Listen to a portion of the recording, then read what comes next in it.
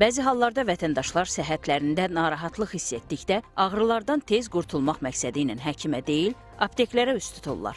Əczaçılar da həmin şəxslərdə hiss olunan simptomlara uyğun müxtəlif dərman preparatlarını tövsiyə edirlər.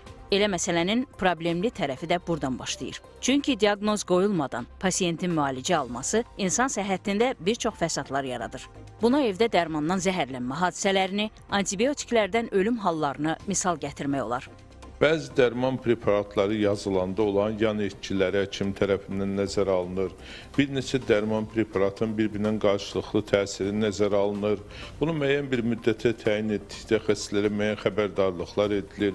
Xəstənin yanaşı xəstəlikləri, komorbid vəziyyəti həkim tərəfindən nəzərə alınır. Xəstə bunları bilmir və dərman təyinatı məsələsi müstəsna olaraq həkimin səlahiyyətidir. Ağrı kəsicilərdən çox istifadə mədə, qaraciyər və böyrəklərin səssiz formada zədələnməsinə səbəb olur. Vətəndaşlar bir növ bu dərmanlar vasitəsilə bədənlərində gedən prosesləri gizlədirlər. Bu isə xəstəliyin daha da şiddətlənməsi ilə nəticələnir. Dünya təcrübəsində mədə qanamalarının, qaraciyər və böyrək çatışmazlıqlarının əksəriyyətində nəzarətsiz şəkildə ağrı kəsicilərin istifadə olunması dayanır.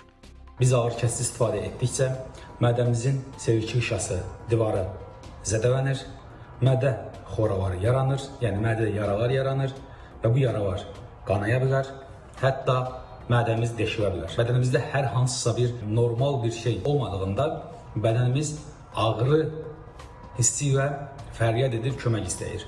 Biz isə bu ağrını, bu fəryadı ağrı kəsiciyə sustururuq, ta ki daxildəki xəstəliyimiz ciddi şəkildə ağırlaşana qədər. Bir sözlə, həkim məsləhəti olmadan dərman preparatlarından istifadə etmək məqsədə uyğun deyil.